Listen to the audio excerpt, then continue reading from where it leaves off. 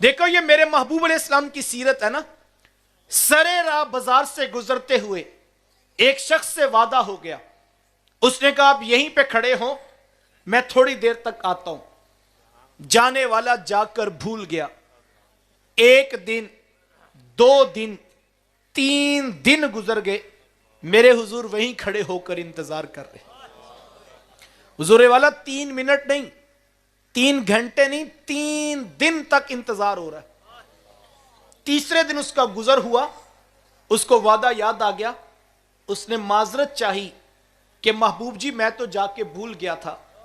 حضور صرف اتنا کہا, صاحب تو نے ہمیں مشقت میں ڈال دیا تھا. یار جس امت کو ان کے رسول نے 3 دن تک انتظار کر کے وعدہ پورا کرنا سکھایا ہو, وہ امت وعدہ پورا کرنا بھول جائے, سوچنے کی ضرورت ہے یا کہ نہیں. یہ میرے محبوب علیہ السلام کی سیرت ہے نا, کہ کافر تلواریں لے کر گھر کے باہر کھڑے ہیں, خون کے پیاسے, جان کے در پہ. لیکن میرے محبوب علیہ السلام کو یہ فکر نہیں ہے کہ وہ تلواریں لے کے گھر کے باہر کھڑے ہیں. میرے محبوب علیہ السلام کو کیا فکر ہے, ان لوگوں کی امانتیں میرے پاس ہیں, وہ ان کو واپس کیسے کرنی ہے. اور پھر حضرت علی المرتضیٰ رضی اللہ تعالیٰ عنہ کو بلایا اور فرمایا علی یہ فلاں بن فلاں کی امانت ہے, یہ اس کو واپس کرنا. یہ فلاں بن فلاں کی امانت ہے, یہ اس کو واپس کرنا. حضور والا محبوب نے کن کی امانتیں واپس کی ہیں؟ جو محبوب کا مذہب نہیں مانتے, جو محبوب کو نہیں مانتے, جو محبوب کے جانی دشمن تھے. محبوب نے امت کو بتایا مذہب کا اختلاف جان کے دشمن بن جائیں پھر بھی تم نے امانتیں واپس کرنی ہے. اور اگر ہم اپنے بھائیوں کی جائیداد بھی دینے کے لیے تیار نہیں ہے تو پھر سوچنے کی ضرورت ہے یا کہ نہیں.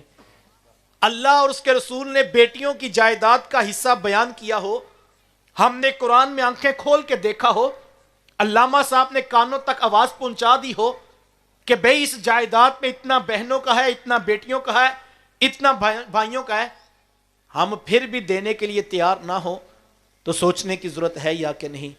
یہ میلاد کا جلسہ یہی سکھاتا ہے کہ تم نے محبوب علیہ السلام کی سیرت کو بھی اپنانا ہے اور ہم نے سیرت کے ذریعے کردار کو اوپر لے کر جانا ہے. آئیے محبوب علیہ السلام کی سیرت کو اپنائیے, اپنی محفلوں کے مقصد کو سمجھیے کہ ہماری محافل کا مقصد یہ ہے کہ ہم نے محبوب علیہ السلام کی سیرت کو اپنانا ہے.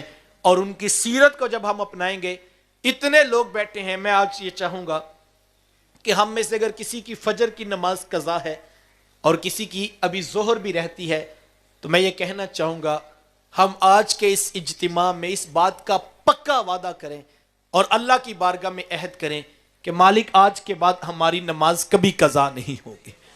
محبوب علیہ السلام کی آنکھوں کی ٹھنڈک ہے نماز, اور وہ کیسا عاشق ہوگا جو محبوب کی آنکھوں کی ٹھنڈ کا سما نہیں کرتا ہے. آئیں محبوب علیہ السلام کی سیرت کو اپنائیے اور اپنے حصے کا چراغ روشن کیجئے. میں بار دیگر اپنے منتظمین کا شکریہ ادا کرتا ہوں جنہوں نے اتنے لوگوں کو جمع کیا, اتنا پنڈال سجایا اور اتنی محنت کے ساتھ جو ہے وہ سارے نظام کو چلایا. اس میں 1-1 روپیہ جس شخص نے بھی خرچ کیا, جو جس طرح سے شامل ہوا, جس نے جس طرح سے شرکت کی, اللہ اس کی کاوش کو قبول فرمائے. میں کوئی سریلا خطیب تو نہیں اور نہ ہی میں کوئی ایسا خطابت کا ماہر کہ آپ تک کوئی جوہر خطابت دکھا سکتا, لیکن میرے شیخ نے, میرے بابا نے جو اعتماد کرتے ہوئے مجھے آپ کے پاس بھیجا, میری بڑی آرزو ہوگی کہ میں اس کاوش کا پیغام آپ تک پہنچا سکوں. اللہ کی بارگاہ میں دعا گو ہوں. انداز بیاں اگرچہ بہت شوخ نہیں تھا, انداز بیاں اگرچہ بہت شوخ نہیں تھا, کاش کہ تیرے دل میں اتر جائے میری بات. وآخر دعوایا ان الحمدللہ رب العالمین.